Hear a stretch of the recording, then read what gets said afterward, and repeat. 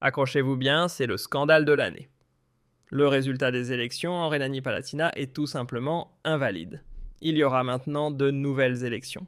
Alice Weidel et l'ensemble de la FD portent des accusations incroyablement graves contre les médias allemands et la CDU.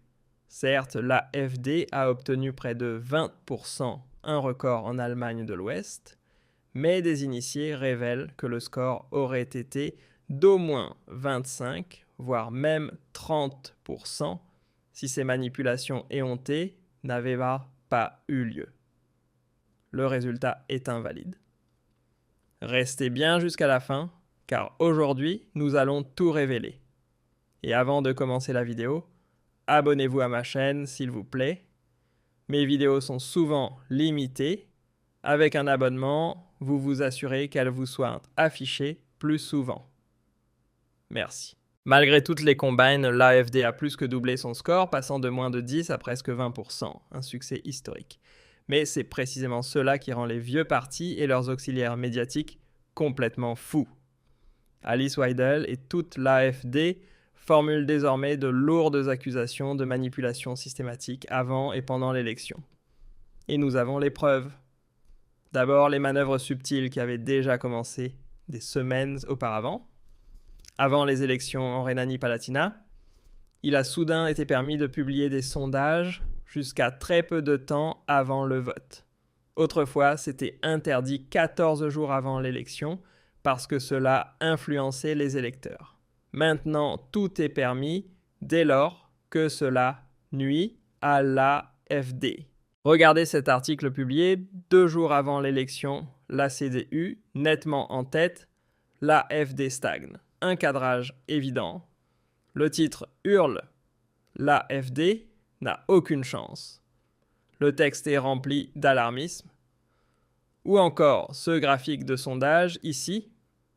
La barre de l'AfD est dessinée de façon ridiculement petite, tandis que la CDU paraît énorme. Et cela arrive sans cesse que l'AfD soit représentée trop petite dans les graphiques de sondage. Curieusement, la barre du SPD, à côté de celle de la CDU, elle est correctement représentée. Un utilisateur sur X commente à juste titre que jusque dans les années 2000, il n'était pas permis de montrer des sondages 14 jours avant le scrutin. Ici, on cherche très clairement à influencer. Et il a raison. Les médias publics montrent parfois déjà des semaines à l'avance des chiffres de sondage qui présentent l'AfD sous un mauvais jour. Et dans les gros titres, on lit sans cesse « l'AfD s'effondre », alors que ce n'est même pas vrai. Voilà exactement comment ça fonctionne. Les médias voulaient maintenir l'AfD à un niveau artificiellement bas, puis est arrivée l'apparition télévisée d'Alice Weidel le soir de l'élection. Écoutez bien. Weidel. Très bonsoir à vous. Aujourd'hui, vous avez effectivement des raisons de célébrer. Le résultat a plus que doublé. Présentatrice. C'est exact. Bonsoir Madame Weidel. Weidel, nous avons obtenu mon résultat record en Allemagne de l'Ouest. C'est le meilleur jusqu'à présent en Allemagne de l'Ouest, et nous enregistrons une progression de presque 12%. C'était maintenant au moins la 10e fois qu'Alice Weidel rencontrait un quelconque problème de son. Curieusement, toujours seulement elle. Les présentateurs et les autres responsables politiques, eux, avaient une qualité audio parfaitement claire. Grésillement, craquement, coupure, panne technique ou sabotage ciblé pour empêcher que son message fort arrive correctement au public, c'est de la manipulation. Mais cela devient encore plus fou. Regardez donc l'arrière-plan de la couverture électorale. Pendant que Weidel parle, une caméra montre un signe de la main, très clair l'index et le pouce levé, les 3 autres doigts écartés. Vous connaissez ça. c'est le signe anarchiste, exactement celui que l'Antifa utilise dans la rue.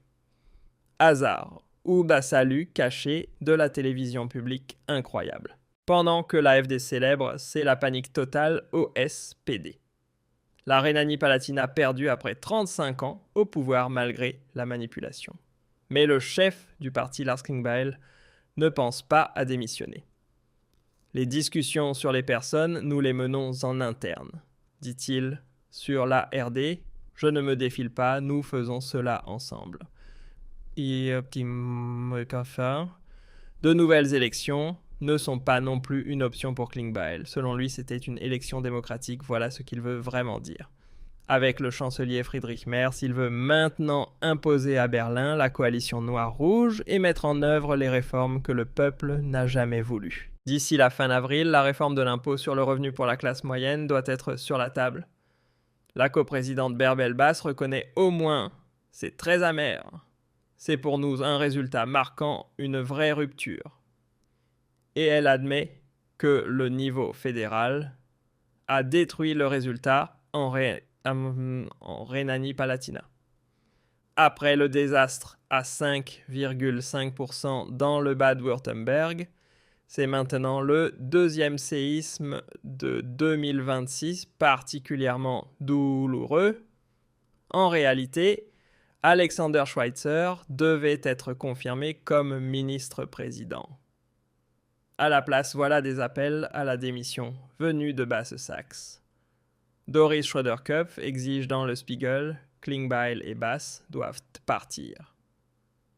À la place, Anke Rehlinger comme seule présidente et Boris Pistorius comme vice-chancelier. Même Manuela Schwesig et Olaf Lies devraient obtenir davantage de pouvoir. Le SPD se déchire lui-même et le peuple jubile. Mais voici maintenant la partie qui explique tout pourquoi le résultat officiel est tout simplement invalide. Beaucoup de citoyens disent que les résultats sont irréalistes. Ils ne reflètent pas la véritable humeur du pays. Et c'est précisément là que se trouve le scandale. La question du dimanche est une plaisanterie. Elle réduit une décision complexe à une seule question. Les gens s'informent pendant des semaines, réagissent aux événements et ne se décident que le jour du scrutin. En Rhénanie-Palatinat, les infrastructures, l'éducation et les zones rurales jouent un rôle immense. Aucun sondage ne peut sans dire cela. À cela s'ajoute le fait que beaucoup de personnes ressentent dans leur entourage un soutien bien plus fort à la FD que ce que les médias admettent. Dans le cercle d'amis au travail sur les réseaux sociaux. Partout, on entend « je vote AfD », mais les sondages placent la CDU devant. Ça ne colle pas. C'est la majorité ressentie. Chacun pense que son entourage est représentatif, et si l'AfD y domine, alors tout le pays doit forcément penser de la même manière. Le plus gros problème, c'est la désirabilité sociale. Beaucoup n'osent pas dire honnêtement AfD dans un sondage par peur de la stigmatisation du voisin de l'employeur. C'est pourquoi l'AfD est systématiquement sous-estimée. Ce n'est pas un hasard, c'est voulu. Les médias dramatisent ensuite encore davantage avec leur CDU clairement en tête. De petites variations sont vendues comme une méga tendance et le vote stratégique apparaît. Beaucoup se disent que l'AfD n'a de toute façon aucune chance et votent CDU alors qu'ils veulent la FD. À cela s'ajoute entre la dernière ligne droite de la campagne, les débats, les scandales. Tout change dans les derniers jours. Alice Weidel le dit clairement. Lorsqu'on réduit visuellement un groupe parlementaire et qu'on le rabaisse constamment en le présentant comme petit, on dévalorise indirectement la décision de millions d'électeurs qui ont précisément soutenu ce parti. On l'avait déjà vu auparavant lors de l'élection municipale à Ludwigshafen, lorsque l'homme de l'AfD, Joachim Pohl, devait devenir maire. Ce n'est pas un inconnu, un enseignant respecté, député au Landtag de Rhénanie-Palatinat, et lors des dernières élections régionales, Il avait obtenu à Ludwigshafen un solide 25% des voix. Pourtant, la commission électorale de Ludwigshafen a décidé de l'exclure pour des raisons fallacieuses. Il aurait prétendument été inapte, une justification qui a suscité de larges critiques dans l'opinion publique. Paul ne s'est pas laissé faire et a immédiatement annoncé des démarches juridiques. Les citoyens l'ont massivement soutenu. Des milliers de personnes ont écrit son nom sur les bulletins de vote, tout en sachant que ces voix seraient invalides.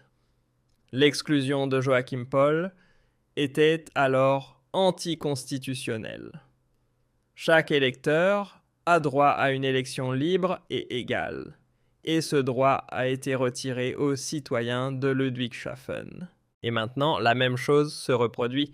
Les vieux partis savaient que l'AfD allait doubler son score et ils ont tout fait pour manipuler les sondages et les reportages des médias. Le groupe parlementaire de l'AfD en Rhénanie-Palatinat veut maintenant faire examiner cela par la justice. Même si cela ne changeait rien, au résultat, il s'agit ici d'équité.